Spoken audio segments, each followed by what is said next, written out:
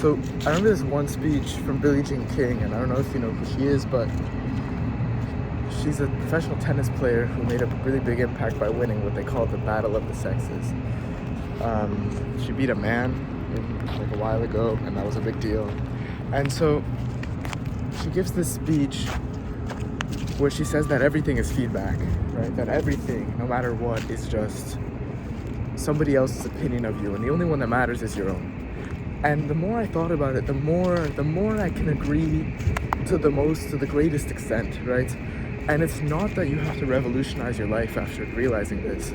It's just that your life becomes a revolution after seeing this, right? You make the slight changes in your life that align with you and not most other people. And you start catering to yourself instead of the others, where you already agree with most people, except the only difference is that nobody's you and nobody understands what it's like to be you. And thus, you are the only person that can fulfill your destiny, right? If nobody's coming to save you, if nobody's coming to be you, to let you out of your own cage that you make for yourself, right? Nobody will. And I just keep thinking that none of it matters, right? None of this shit matters. Like, if you're committed to being somebody that's happy, that cares about the world, that cares about helping people, that cares about caring about people, about loving people, then you're somebody who gets themselves out of tough situations. You're somebody that gets themselves out of feelings of guilt, out of feelings of anger. They shouldn't exist for you very much. You can exist, like, you can feel them. I encourage you to feel them, to feel your feelings, but after that, there's not really much of a point as long as they're not useful for you, right? The idea is just that everything is feedback. Everything is feedback, no matter what. And people break up with you for a specific reason, that's just feedback. Your friends don't like you, that's feedback. It's all feedback. How do you make yourself better? How do you keep on building to be stronger? But the other problem is, once you get wrapped up into this mindset of you need to be better all the time, it's easy to lose yourself in it too, right? Am I developing into the person that I want to be, right?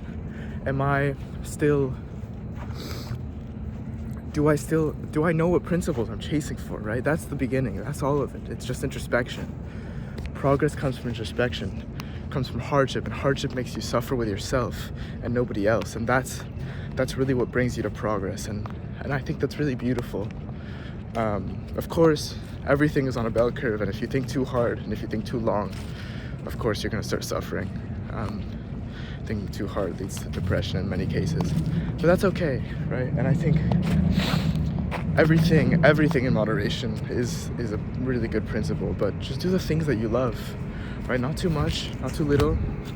You enjoy things, enjoy people, enjoy the moments around you, enjoy everything that's not gonna be you one day, which is literally everything and everyone around you, because nothing is guaranteed. Tomorrow isn't guaranteed. You might not get it. You might never get it. And that doesn't mean you should screw everyone over, live fast, live hard. But it does mean it's something to think about. It's something to think about. How much time do you want to put into the people that you have around you now, when you could put the things into people that you could, into when tomorrow, if you die, you'd be happy to, right? If tomorrow you die, or tomorrow you find out you live in a matrix, what would you change about your life? And I think the answer that we all should strive to be at is nowhere. I mean, there's nothing. If you change nothing about your life, if you realize you're in a simulation, then you're living your best life. You're living the life that you need to be living. And just don't forget that you never felt the happiness that you see in yourself in the past, right?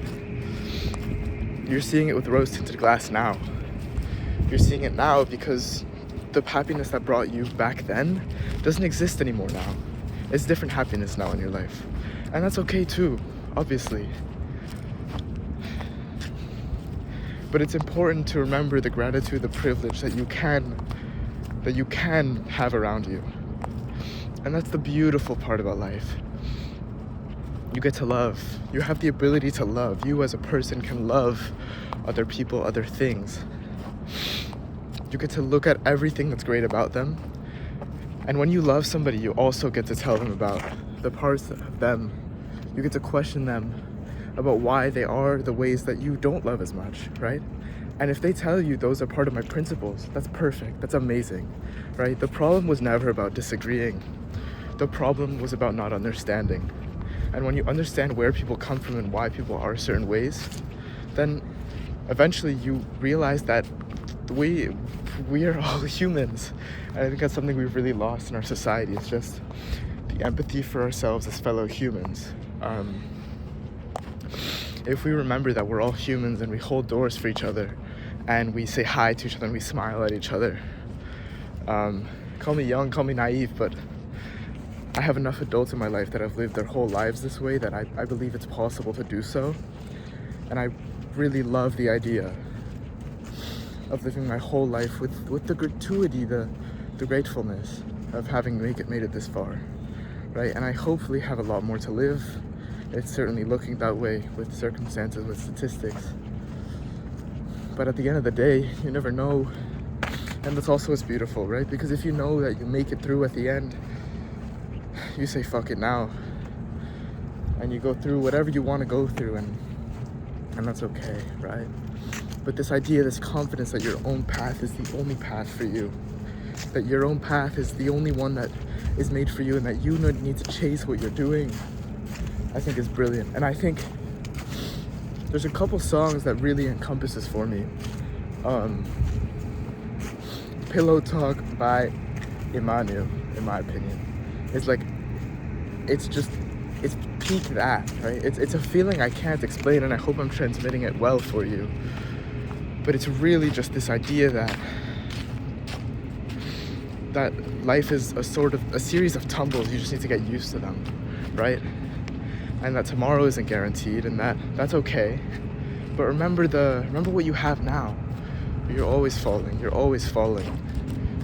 into something else's orbit, always falling into a different problem, always falling into different happiness, always falling into good things that happen to you, bad things that happen to you. But when you convince yourself that these bad things always happen to you, that it's characteristic you make your own problem for yourself, right? You've lost twice. It's okay to lose once. We all lose so much, but we all win so much. And when you train yourself not to look at that, then you've lost twice, in my opinion. It's like a goalie at a penalty who doesn't dive anyway, because when the kick was shot, he already thought he was going the wrong way. And so he decides to stay still. You've lost twice. You might as well make an effort. You never know where it brings you. How many times have you made an effort on something that you didn't think would bring you anything, and it brought you something else that you'd never expected, right? People are everywhere, and people are so complex. And when you tickle somebody else's brain, for lack of better words, you get so much out of them, right? And you get such a deep connection, and that's so beautiful. The connection, the Martin Buber, the IU moments, right? Those are my thoughts for the day. So, goodbye.